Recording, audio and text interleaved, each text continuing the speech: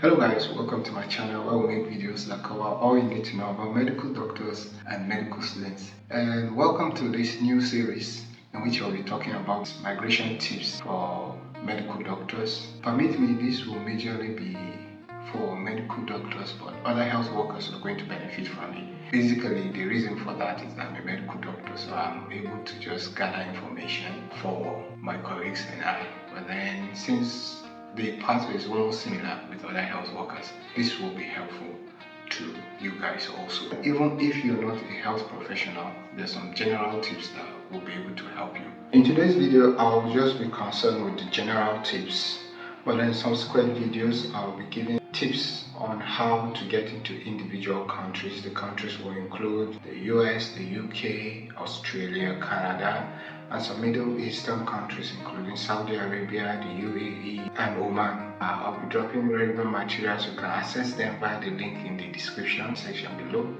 and I'm sure they will be useful to you. So if you're new to my channel, please subscribe and don't forget to turn on the bell notification so you don't miss my new videos. I'll be releasing the videos on migration every Tuesday evenings. So let's dive into today's video.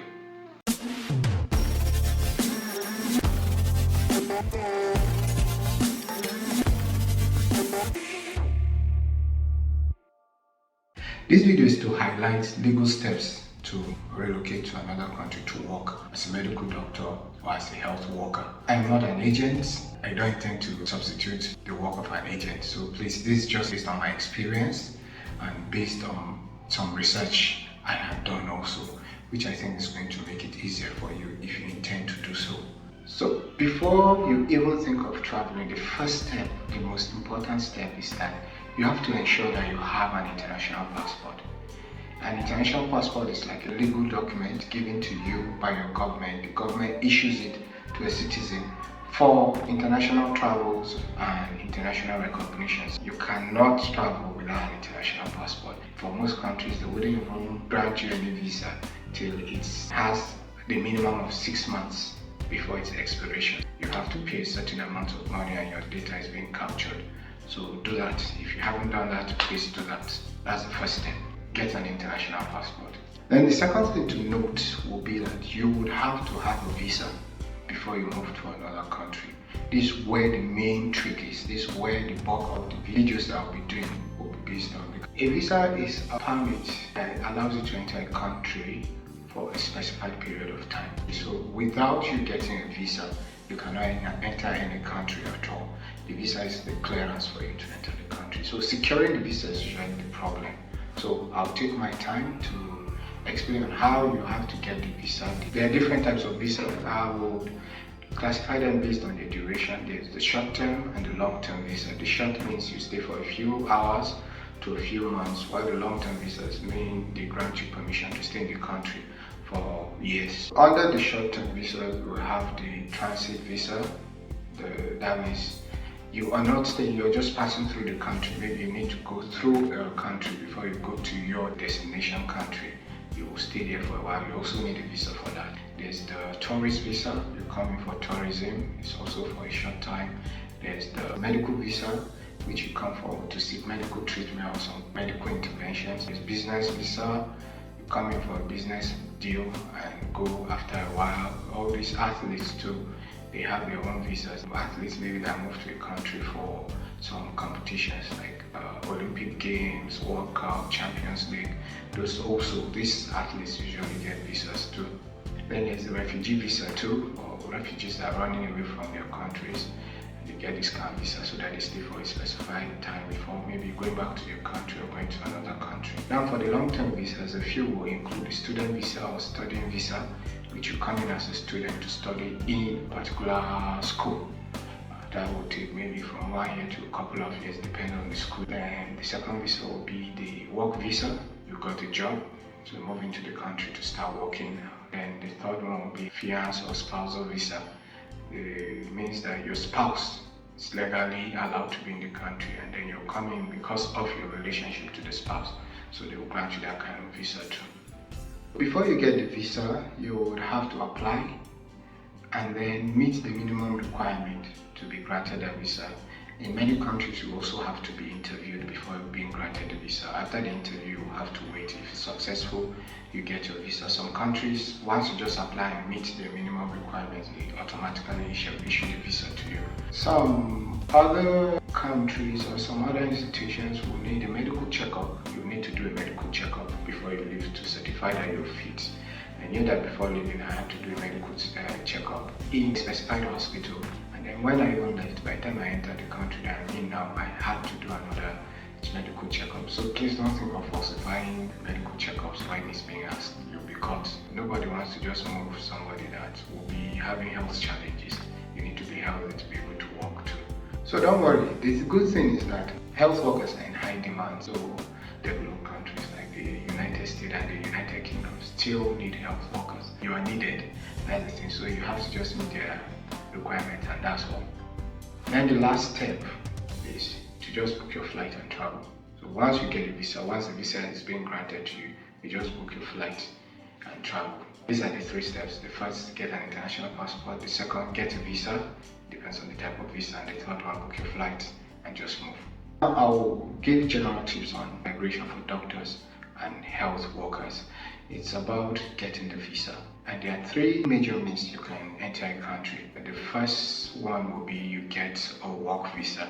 That means you apply for and get a job in the country you want to go to. And with that, when you get the job and there's the evidence, they will send you your letter of appointment. That you will use to apply for your visa. You have to get a job in the country. You have to get a medical job as a medical doctor, or as a nurse, or as a medical lab scientist, whichever it is. So just know that before you're even recruited or before you're being employed, you have to meet the minimum demands. And the thing is, first you have to be eligible. It means that you have the license, the practicing license. The thing is, you have to know whether your medical license can enable you to practice in that country or not. But most countries have their own licensing. You would have to get it, and most times the means to get it is you have to sit down for your licensing exams. So we'll talk about that in details when I start talking about the individual countries, how to write their licensing exams, and how to get the job. But then for other countries, like some countries recognize other licensing, so you don't even need to write the exams. You can just get the job automatically and come in with your license, your professional license from your own country. I would advise you check whether the country of your interest recognizes the professional license you have. If they don't, then you have to get their own license, and it's usually through exams. So you have to prepare for the exams, and these are very necessary for you to get the job. And also documents will be required of you and to be verified. That's to see whether they are authentic.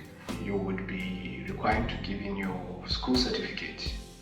That's the tertiary institution certificates, and maybe if you have other additional qualifications, you also give the certificates, which will be verified. For the school certificate, the name of your school should be in the World Directory of Medical School. I'm giving you the link below, and check in my description box too for more detailed information. Your license, that's your medical license, is very important. They'll have to verify that too. You will need your CV or your letter of experience. Is something that will be required too. So please, if you don't have a tight CV, do that. Your CV, to a large extent, is what sells you. It's your paparazzi.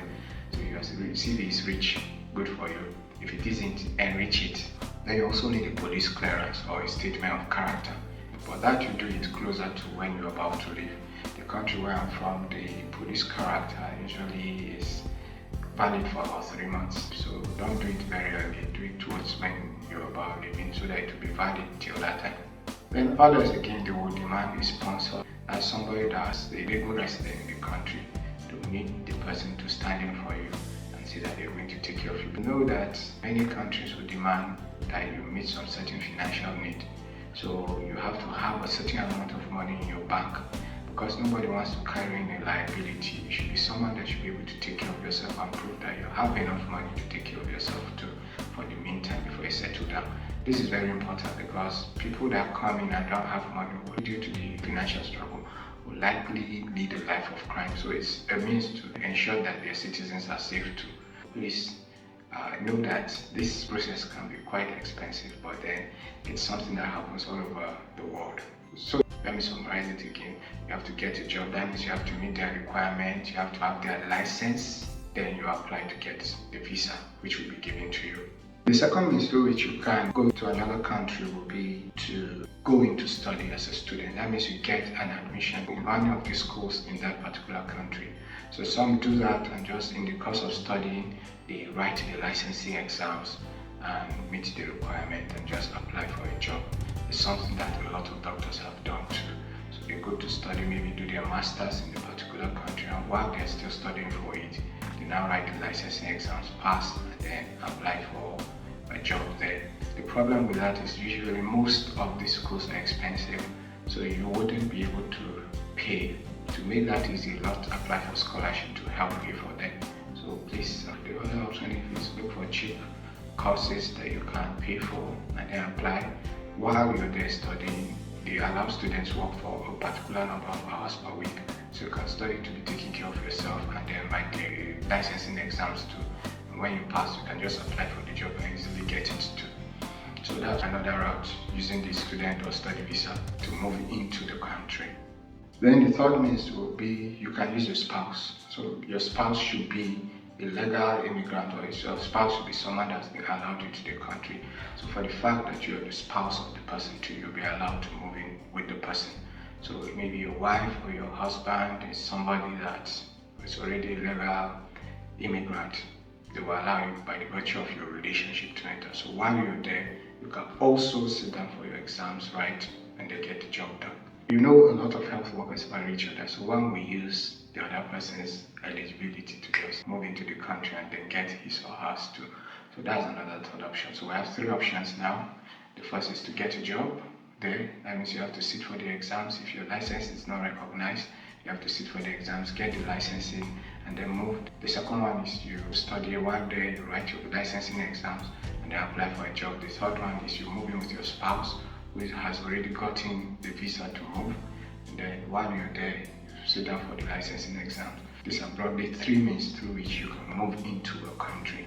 There are also foreign placement agencies, which are bodies that are duly licensed by the government of the particular country to recruit people for them. So a lot of companies hire these FPAs to recruit foreign staff for them.